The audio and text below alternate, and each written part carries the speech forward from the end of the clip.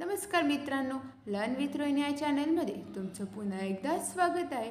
तर मित्रांनो, आजचा व्हिडिओ हा अत्यंत इम्पॉर्टंट असा व्हिडिओ आहे. त्यामुळे तुम्ही व्यवस्थितरित्या शेवटपर्यंत हा व्हिडिओ नक्की बघायचा आहे.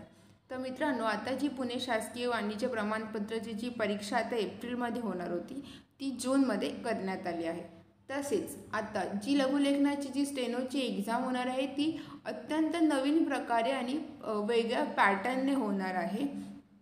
तर त्या लघुलेखन परीक्षा तुमची कशी होणार त्यासाठीच, तसेच तुम्हाला ट्रान्सलेशनसाठी किती वेळ असणार आहे, सगळ्यांना एकच पॅसेज असणार आहे की वेगवेगळे पॅसेज, तसंच जर तुमचं मराठी लघुलेखन असेल तर त्या मराठी लघुलेखनमध्ये टायपिंगसाठी कुठला फॉन्ट असणार आहे, तसेच नवीन परीक्षेचं सगळं स्वरूप व पॅटर्न अशी सविस्तर माहिती आपण या व्हिडिओमध्ये पाहणार आहोत. त्यामुळे व्हिडिओ तुम्ही शेवटपर्यंत नक्की बघा, कारण मी तुम्हाला आता सगळं स्टेप बाय स्टेप जे आता सगळे नवीन रूल्स आलेले आहेत किंवा जे काही नवीन स्वरूप आहे परीक्षेचं ते सगळं मी तुम्हाला व्यवस्थितरित्या समजावून सांगणार आहे. एक एक माहिती मी तुम्हाला व्यवस्थितरित्या सांगणार आहे.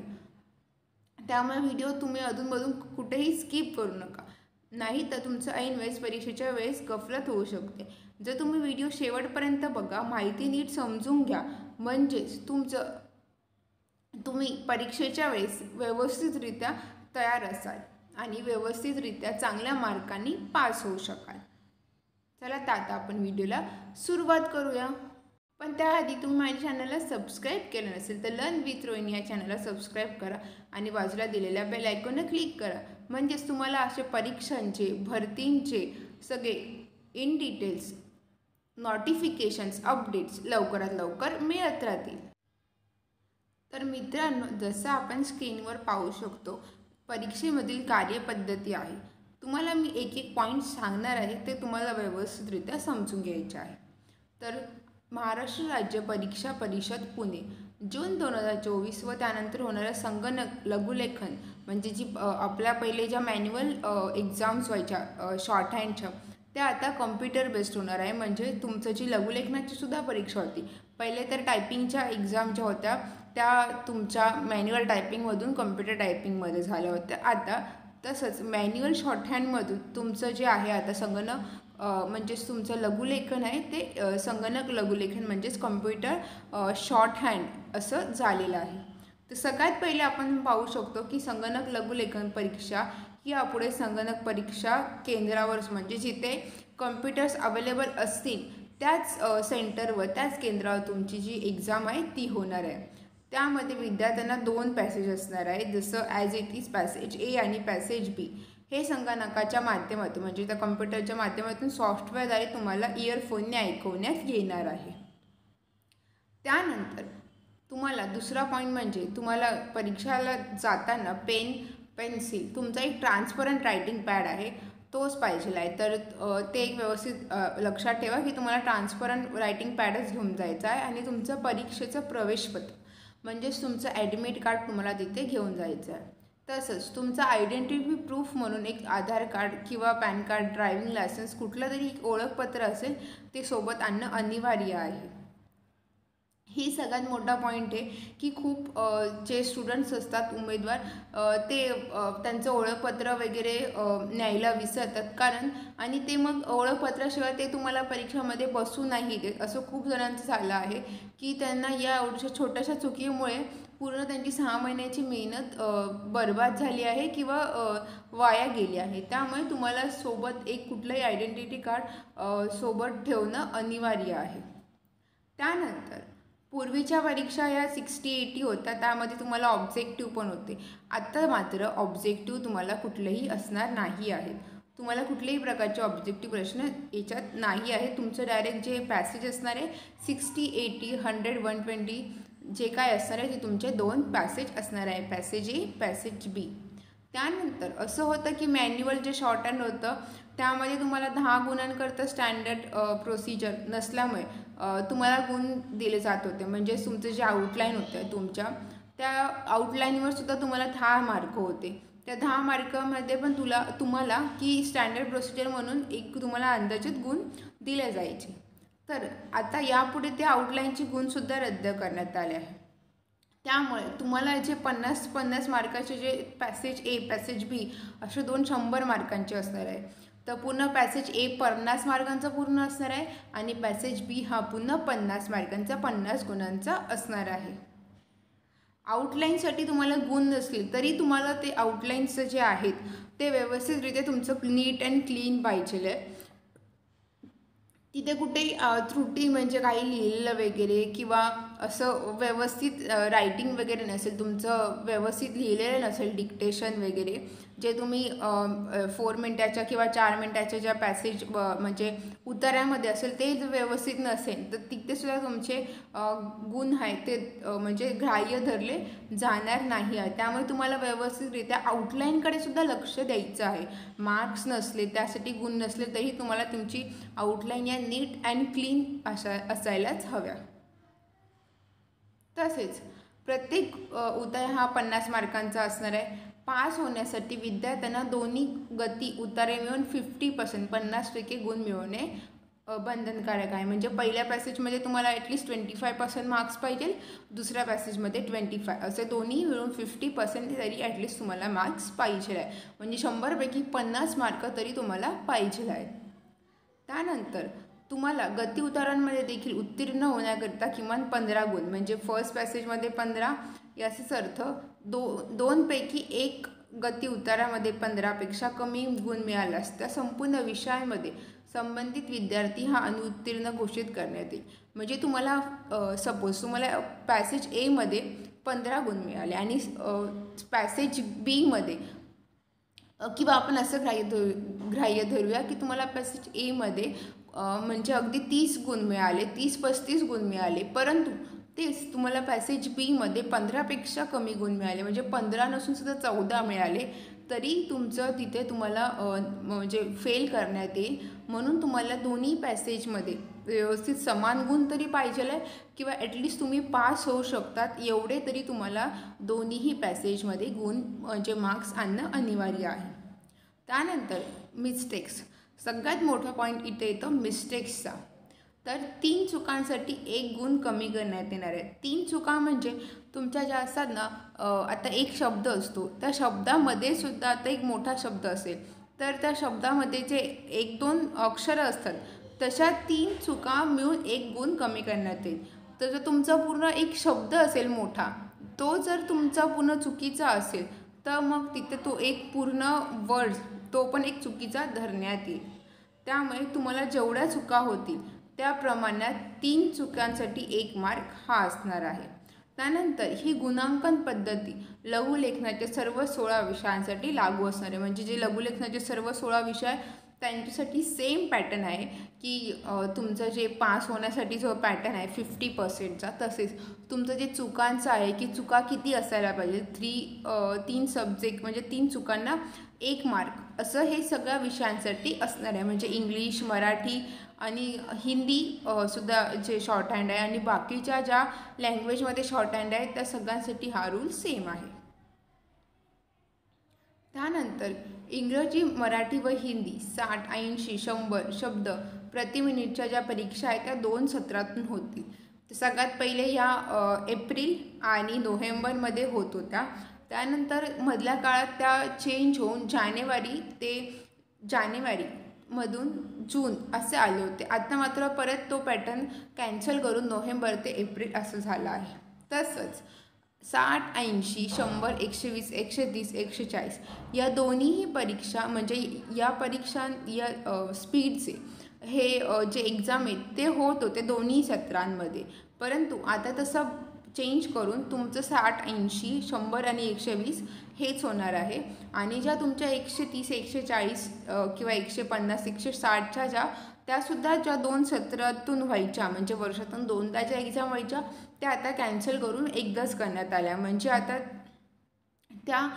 फक्त जूनमध्ये झाल्या की त्या ज्या नेक्स्ट जे सेमिस्टर असेल, आता तर जे इलेक्शन वगैरे आहे त्या काळामुळे पोस्टपॉन झालेल्या आहेत, परंतु नंतर आता जूनमधून डायरेक्ट जेव्हा एप्रिलमध्ये नेक्स्ट इयर तुम्हाला ह्या ज्या एक्झाम आहेत 130च्या पुढच्या त्या देता येणार आहेत. तर तुम्हाला एक प्लस पॉईंट पण तुम्ही घ्या की तुम्ही जर 100 किंवा 120 पास असाल तर तुम्हाला 130च्या पुढे ज्या ज्या एक्झाम्स द्यायच्या असतील किंवा तुमचं इच्छा असेल तर तुम्हाला त्यासाठी जास्त टाईम भेटू शकतो. तुम्ही आत्तापासूनच जर तुमचा हळूहळू स्पीड वाढवला तर तुमचा एक परफेक्ट स्पीड येऊ शकतो आणि पहिल्याच प्रयत्नात तुम्ही व्यवस्थित न नापास होता किंवा अपयश न येता व्यवस्थितरित्या पास होऊ शकता. त्यानंतर लघुलेखनाची परीक्षेमध्ये श्रुतलेखन जे डिक्टेशन असणार आहे ते लिप्यंतर म्हणजे ट्रान्स्क्रिप्शन हे संगणकावर होणार आहे. म्हणजे तुम्ही जे डिक्टेशन लिहिलं ते तुम्हाला टाईप कुठे करायचं आहे तर ते कॉम्प्युटरवर करायचं आहे. हा मुद्दा लक्षात घेता परीक्षेचा कालावधी परीक्षा परिषदेने निश्चित केला असून तो सोबत तक्त्यामध्ये दिला आहे ते आपण पुढे बघणार आहोत. दोन्ही डिक्टेशन म्हणजे दोन्ही पॅसेजला समान वेळ मिळणार आहे. त्यानंतर प्रत्येकी 4 मिनिटाच्या दोन्ही गती उतारांचे श्रुतलेखन डिक्टेशन संगणकावर येणार असल्याने प्रत्येकाजवळ म्हणजे जो प्रत्येक विद्यार्थीजवळ ऑक्झिलरी पॉट असलेला इयरफोन अनिवार्य आहे. म्हणजे जो सिम्पल इयरफोन येतो आता जे ब्लूटूथ येतात ते ब्लूटूथ इयरफोन न वापरता जो सिम्पल इयरफोन येतो जो आपण मोबाईलला किंवा कम्प्युटरला म्हणा त्याचं पिन सॉकेट असतं ते आपण त्याला अटॅच करून जे यूज करायचो ते इथे लागणार आहे. तुम्हाला कुठलेही ब्लूटूथ किंवा कुठलेही जे हेडफोन्स आहेत ते यूज करता येणार नाही आहेत. सिम्पल जे ऑक्झिलरी पोर्ट असतील तेच तुम्हाला अनिवार्य आहे. तसेच हे तुम्हाला तुमच्या संस्था चालकाने म्हणजे तुम्ही ज्या सेंटरमधून एक्झाम देत असाल त्या इन्स्टिट्यूशनमधून त्या इन्स्टिट्यूशनमधले जे असतील ते तुम्हाला ते प्रोव्हाइड करणार आहेत इयरफोन्स. तसेच साधा इयरफोन जसं मी सांगितलं तो आहे. तसेच म्हणजे जो परीक्षेच्या वेळी विद्यार्थ्यांच्या बसावयाच्या जागेपासून संगणकाचे CPUचे अंतर जास्त किंवा कमी असू शकते. तर आपण जे आता मी सांगितलं की आपण CPUला जी वायर कनेक्ट करू आणि तेच आपण वापरू आपल्या इयरफोन्समध्ये डिक्टेशनसाठी. तर ते कमी जास्त अंतर नको पाहिजे. शक्यतो तुम्ही प्रयत्न करा की अंतर कमी असण्याचं जेणेकरून तुम्हाला व्यवस्थितरित्या ते ऐकता येईल. तसेच तुम्हाला एक्सटेन्शन वायर हे संस्था चालकांनाच उपलब्ध करून देणार किंवा असं आता झालंच नाहीच असेल पर्याय तर तुमचं जर लांब असेल म्हणजे अंतर असेल तुमच्या CPUमधून आणि तुमच्या बसण्याच्या जे असेल सीट तिथून तर तुम्हाला एक्सटेन्शन वायर हे सुद्धा तुमच्या इन्स्टिट्यूशनमधून मिळणार आहे. जसं मी सांगितलं की तुम्हाला इयरफोन ब्लूटूथ हेडफोन हे कुठल्याही प्रकारचे नाही पाहिजे सिम्पल इयरफोन्स पाहिजे आहे. तसेच तुमच्याकडे जर कुठलं स्पीकर रेकॉर्डिंगचं साहित्य वगैरे आढळून आलं तर ते गैरप्रकार समजून तुमच्यावर गुन्हासुद्धा दाखल होऊ शकतो आणि तुम्हाला त्याच्यानंतर कुठल्याही प्रकारच्या परीक्षेसाठी तुम्हाला अलाव केलं जाणार नाही. त्यामुळे शक्यतो तुम्ही व्यवस्थितरित्या तुमच्या प्रयत्नातूनच पास होण्याचं यश मिळवण्याचा प्रयत्न करा. अजूनही खूप टाईम आहे. अजून तुमच्याकडे 1.5 ते 2 महिने आहे मित्रांनो. त्यामुळे तुम्ही आत्तापासूनच प्रॅक्टिस करा कारण प्रॅक्टिस मेक्स मॅन परफेक्ट. तसेच परीक्षेच्या वेळी तुम्हाला जे आता परीक्षा केंद्र असणार आहे तिथे तुम्हाला अर्धा तास पहिले जाणं अनिवार्य असणार आहे. तसेच तिथे आता सगळ्यात इम्पॉर्टंट की आताच्या मॅन्युअल शॉर्ट हँडच्या एक्झाम होत होत्या तिथे तुम्ही शॉर्ट हँड डिक्टेशन घ्यायला कुठेही बसू शकत होता. त्यानंतर मग जेव्हा तुम्ही ट्रान्स्क्रिप्शन करायला जेव्हा आपापल्या सीटवर जात होतात परंतु आता तसं नाही असता. तुम्हाला स्टार्टिंगपासूनच जसं तुमचं डिक्टेशन इयरफोन थ्रू होणार आहे तर ते तुम्हाला जे सीटिंग अरेंजमेंट दिली असेल असेंडिंगमध्ये डिसेंडिंगमध्ये त्यानुसारच त्या सीट नंबर म्हणजे तुमचा सीट नंबर बघूनच तुम्हाला तिथे बसायचं आहे. कारण इथे प्रत्येकाला विद्यार्थ्याला वेगवेगळे गती उतारी म्हणजे सगळ्यात इम्पॉर्टंट इथे कुठलेही सेम डिक्टेशन नाही असणार आहे. जर तुम्हाला आता एक डिक्टेशन असेल तर असं नाही आहे की तुमच्या बाजूवाल्याला किंवा तुमच्या डाव्या बाजूला बसलेल्या किंवा उजव्या बाजूला जो पण बसला आहे त्यांना तेच डिक्टेशन असेल. प्रत्येकाला वेगळं डिक्टेशन देण्यात येणार आहे. तसेच कुठेही अस्ताव्यस्तपणे न बसता बैठक क्रमांकाच्या चढत्या क्रमाने बसावे लागणार आहे. तसेच प्रत्यक्षात परीक्षा सुरू होण्यापूर्वी विद्यार्थ्यांना रीडरच्या आवाजाची ओळख व्हावी यासाठी ऑनलाईन परीक्षा म्हणजेच डिक्टेशन सुरू होण्याअगोदर ट्रायल पॅसेज देण्यात येणार आहे. हा ट्रायल पॅसेज किंवा रीडरच्या आवाजाची ओळख होण्यासाठी असेल. ट्रायल पॅसेज हा 1 मिनिटाचा असणार आहे आणि ट्रायल पॅसेजचे डिक्टेशन घेणे अनिवार्य राहील, मात्र त्याचे ट्रान्स्क्रिप्शन तुम्हाला करायचे नाही आहे.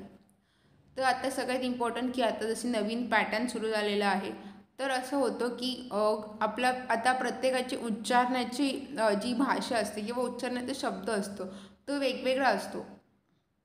ते प्रत्येक शहरातून किंवा तुमच्या भाषेवरून ते अवलंबून असतं. त्यामुळे तुम्हाला त्याचं भाषेचा एक जस्ट वर्ड्स तुम्हाला अवगत व्हावे म्हणून तुम्हाला एक ट्रायल पॅसेज देण्यात येणार आहे.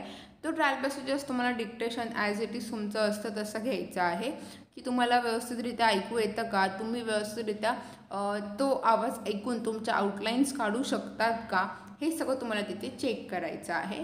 परंतु तुम्हाला तिथे त्याचं कुठलंही ट्रान्स्क्रिप्शन करायचं नाही आहे. त्यानंतर परीक्षेला सुरुवात झाल्यानंतर ए पॅसेज होणार. हे बघा सगळ्यात इम्पॉर्टंट, मी जसं सांगितलं तुम्ही व्यवस्थितरित्या ऐका, नाही तर मग लास्ट मुमेंटला तुमच्या गडबड होऊ शकते. त्यामुळे व्यवस्थितरित्या लक्ष द्या. आता कसं आहे की इथे पूर्ण त्यांनी पॅटर्न चेंज केलेला आहे. आता तुमचं पॅसेज ए होणार ते तुम्हाला इयरफोनद्वारे म्हणजे तुमचं इयरफोन सॉफ्टवेअरच्याद्वारे तुमचं देण्यात येईल. 4 मिनिटाचं म्हणजे 4 मिनिट्सचं 4 मिनिटाचं असणार आहे. त्यानंतर ते विद्यार्थ्यांना प्रिंटेड शॉर्ट अँड नोटबुक म्हणजे तुम्हाला जे डिक्टेशन आहे ते ऐकून लिहायचं त्या बुक्स दिलेल्या असतील ज्या ॲज इट इज सेम असतात प्रत्येक परीक्षेला, त्या असणार आहेत. त्यानंतर लाईन स्पेसिंगप्रमाणे ड्रॉ केलेल्या उत्तरपत्रिकासुद्धा पुरवण्यात येतील. त्यावर पॅसेज ए उताराचे श्रुतलेखन म्हणजे डिक्टेशन घेतल्यानंतर ते तुम्हाला लगेच टाईप करायचं आहे. म्हणजे तुमचं आता पहिले कसं व्हायचं की पॅसेज ए व्हायचा, त्याच्यानंतर तुमचा 2-3 मिनटाचा जो काही ब्रेक असेल तो व्हायचा आणि पॅसेज बी असं करून तुम्हाला दोन्ही एकसाथ लिप्यंतरी करायला म्हणजे ट्रान्स्क्रिप्शन करायला असायचे. परंतु आता तसं न होता तुम्हाला ए पॅसेज जर तुमचं डिक्टेशन घेतलं तुम्ही इयरफोनद्वारे ते तुम्हाला ट्रान्स्क्रिप्ट करायचं आहे. तर त्या ट्रान्स्क्रिप्टसाठी किती वेळ आहे ते पण आपण पुढे पाहणार आहोत. जसं सांगितलं की निर्धारित वेळ दिलेला असेल. तर त्या ए पॅसेजमध्ये जो टाईम दिला असेल तो टाईममध्येच तुम्हाला कंप्लीट करायचं आहे. असं नाही की आता समजा जे तुमचं उरलेलं असेल ते तुम्ही बी पॅसेज झाल्यानंतर करू शकता, तर नाही, असं नाही. म्हणून तुम्हाला व्यवस्थित वेळेचं नियोजन करूनच तुम्हाला आत्तापासूनच की तुम्ही ए पॅसेज तुमचं किती म्हणजे इयरफोन लावून तुम्ही प्रॅक्टिस करू शकता.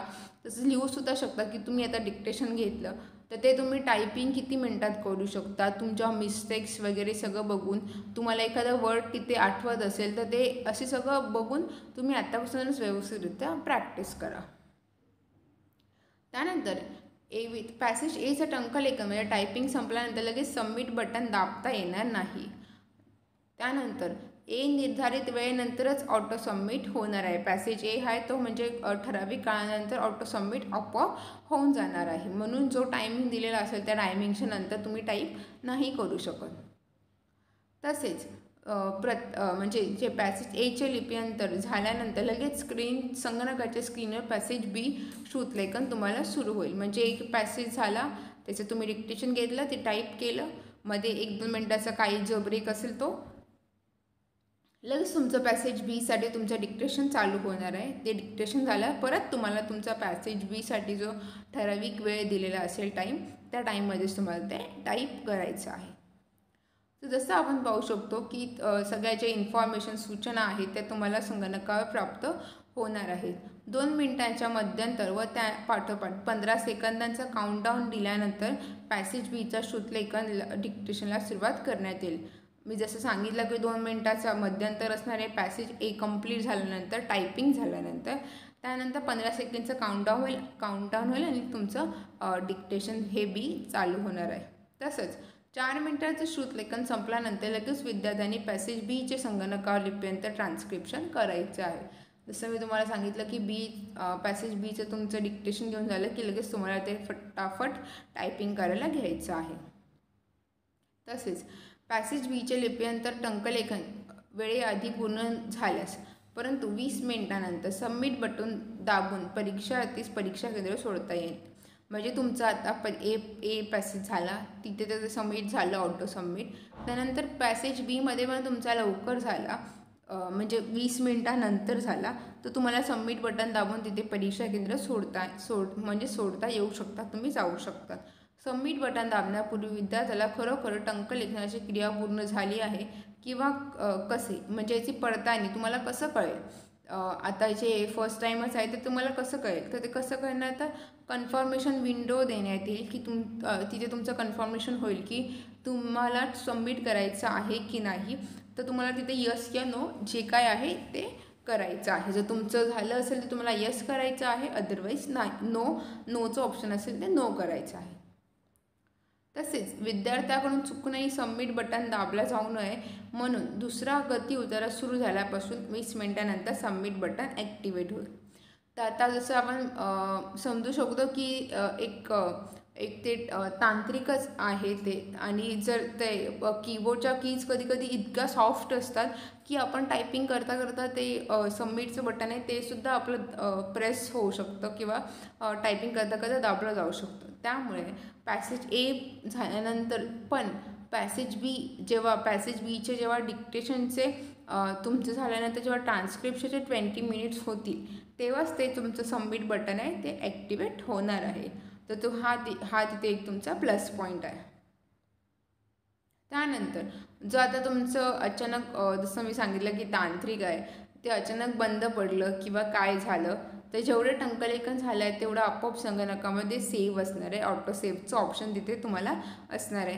त्यानंतर जर तुमचा तो संगणक पुन्हा सुरू झाला तर त्या उतारामध्ये जेवढं काही म्हणजे पुढे विद्यार्थ्याला टंकलेखन टायपिंग करायला जो काही वेळ उरलेला असेल, म्हणजे तुमचं टायपिंग तुम्हाला तिथे कुठलाही एक्स्ट्रा टाईम देण्यात येणार नाही आहे. त्यामुळे तुम्हाला पहिलेच जेव्हा तुम्ही परीक्षा केंद्रावर जाल, जसं सांगितलं की अर्धा तास पहिले जायचं आहे, आणि तुम्हाला जो आता एक आहे की तुम्हाला जे म्हणजे सिरियल वाईज किंवा तुमचं जे रोल नंबर आहे त्या रोल नंबर वाईजच बसायचं आहे.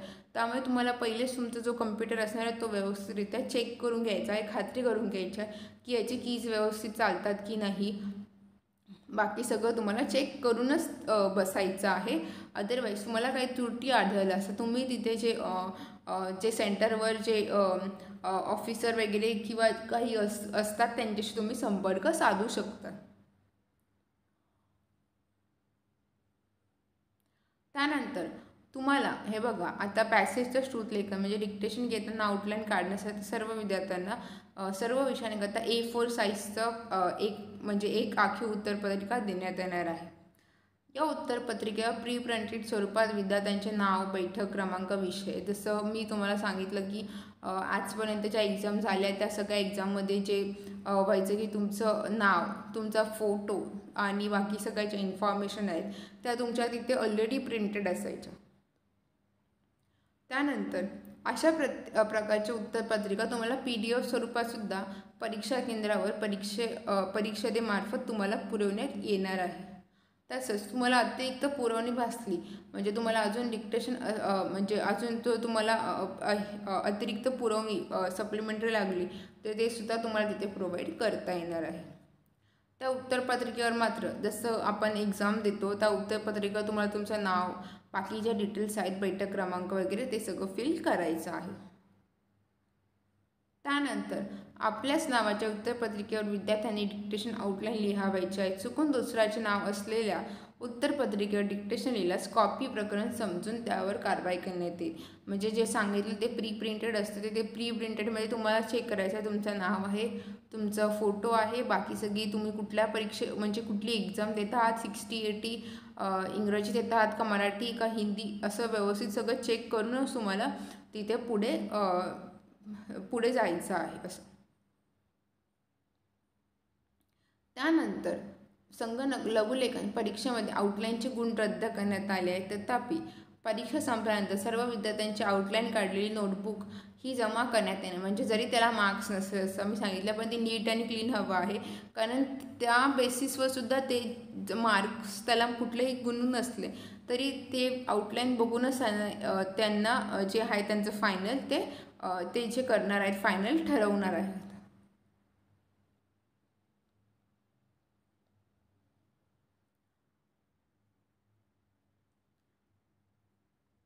त्यानंतर परीक्षा सुरू होण्यापूर्वी 5 मिनिटे आधी सर्वांना डिक्टेशनसाठीची जी नोटबुक आहे ती देण्यात येणार आहे.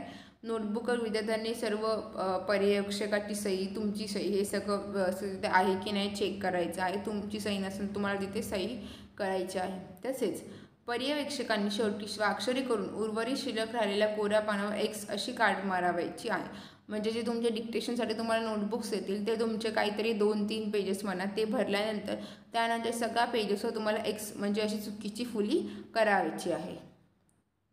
त्यानंतर डिक्टेशन संपल्यानंतरच संबंधित विद्यार्थ्यांनी नोटबुकवर स्वाक्षरी केल्याची खात्री करावी. ते कारण तिथे ते बारकोड लावलं जातं आणि जर ते स्कॅन केलं जातं जर तिथे तुमची साईन नसेल तर तुमचं तिथे प्रॉब्लेम होऊ शकतात. त्यामुळे तुम्हाला व्यवस्थितरित्या सगळं डिटेल्स चेक करून तुमची साईन, तुमच्या पर्यवेक्षकाची साईन असेल तरच तुम्हाला तिथे तुमचा जो बारकोड आहे तो पेस्ट करायचा आहे. तसंच विद्यार्थ्यांनी देखील स्वतःची स्वाक्षरी आणि उत्तरपत्रिकेच्या सुरुवातीला व शेवटी पर्यवेक्षकांची स्वाक्षरी असल्याचं खात्री करायची आहे.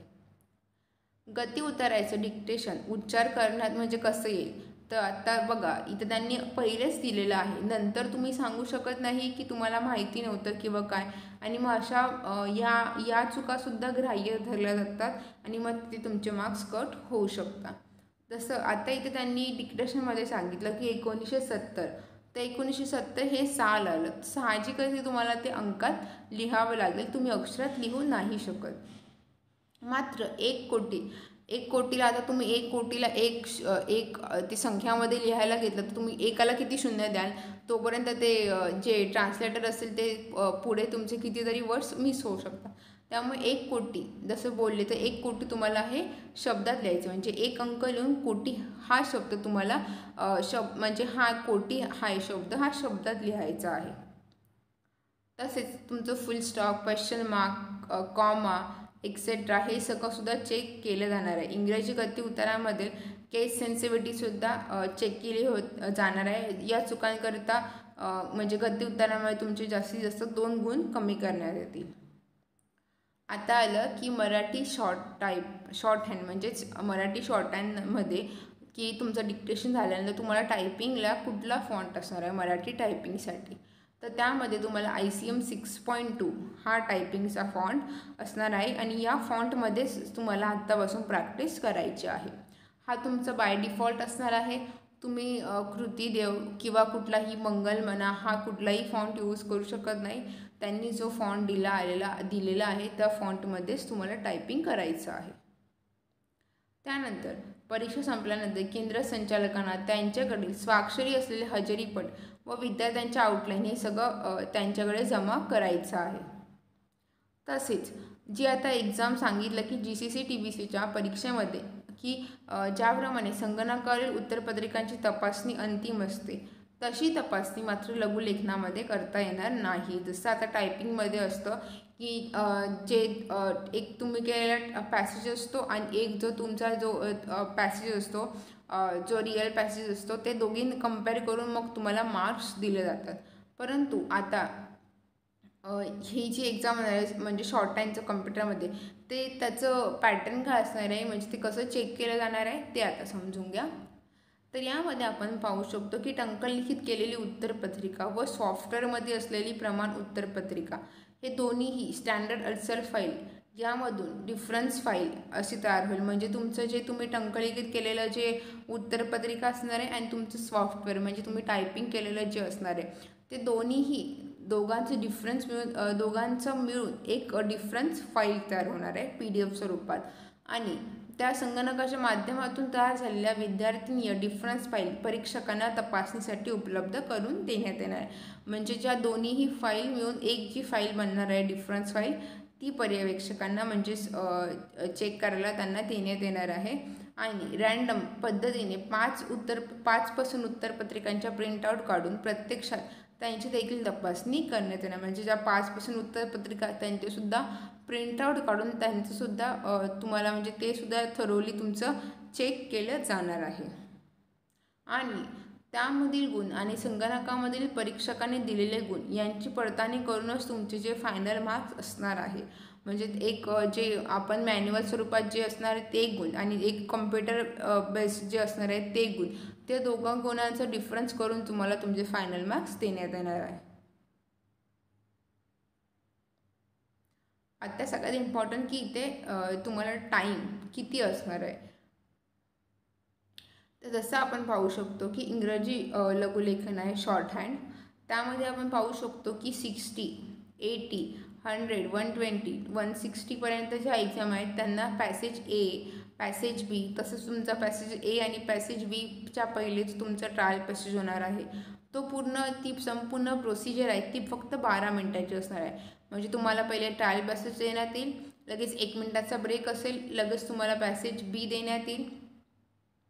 असं सगळं इथे त्यांनी सांगितलेलं आहे. म्हणजे पॅसेज ट्रायल पॅसेजसोबत इथे दिलेलं आहे. त्यानंतर तुम्हाला हे पॅसेज ए आणि पॅसेज बीच्या लिप्यांतरासाठी संगणकावर टाईप करण्याचा कालावधी, म्हणजे तुम्हाला पॅसेज ए आणि पॅसेज बीमध्ये तुम्हाला किती टाईम दिलेला आहे, तर तो 63 मिनिट्स आहे. 60 वर्ड्स पर मिनिटसाठी.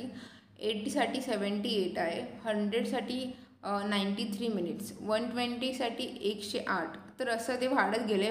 120 आणि 130साठी आपण इथे पाहू शकतो की त्यांनी सेम म्हणजे टायमिंग जो आहे 120 आणि 130ला 108 मिनटं दिलेला आहे. 140ला 98 मिनटं दिलेलं आहेत आणि 150 आणि 160ला 103 आणि 108 मिनटं दिलेलं आहे. तसंच आता ज्या एक्झाम होणार आहेत ते 60 to 160 आता त्या ह्याच म्हणजे याच सेमिस्टरमध्ये होणार आहे. त्यानंतर ज्या पुढच्या 130पासूनच्या एक्झाम असतील त्या फक्त वर्षातून एकदा होणार आहे. परीक्षेचा कालावधी दिलेला आहे, म्हणजे तुमचं डिक्टेशनचे ट्रायल पॅसेज पकडून तुमचं ट्रान्स्क्रिप्शन करून किती तुमचा परीक्षेचा कालावधी असणारा टायमिंग तो दिलेला आहे. तर मित्रांनो, अशा प्रकारे आपण संपूर्ण इन डिटेल मी तुम्हाला व्यवस्थित माहिती सांगितली आहे. स्टेप बाय स्टेप प्रत्येक पॉईंटमधून मी तुम्हाला त्या पॉईंटमध्ये काय दिलेलं आहे हे समजावून सांगण्याचा प्रयत्न केलेला आहे. मित्रांनो, व्हिडिओ आवडल्यास व्हिडिओला लाईक नक्की करा. व्हिडिओ कसं झाला आहे मला कमेंट सेक्शनमध्ये नक्की सांगा. तुम्हाला काही डाऊट्स असतील तर तुम्ही मला कमेंट सेक्शनमध्ये विचारू शकतात. हा व्हिडिओ तुमच्या मित्रमैत्रिणी नातेवाईकांसोबत नक्की शेअर करा, जेणेकरून ते सुद्धा या परीक्षांसाठी तयारी करत असतील तर त्यांना याचा नक्कीच फायदा होईल. चॅनलला सबस्क्राईब करायला विसरू नका. भेटूया आपण पुढच्या व्हिडिओमध्ये.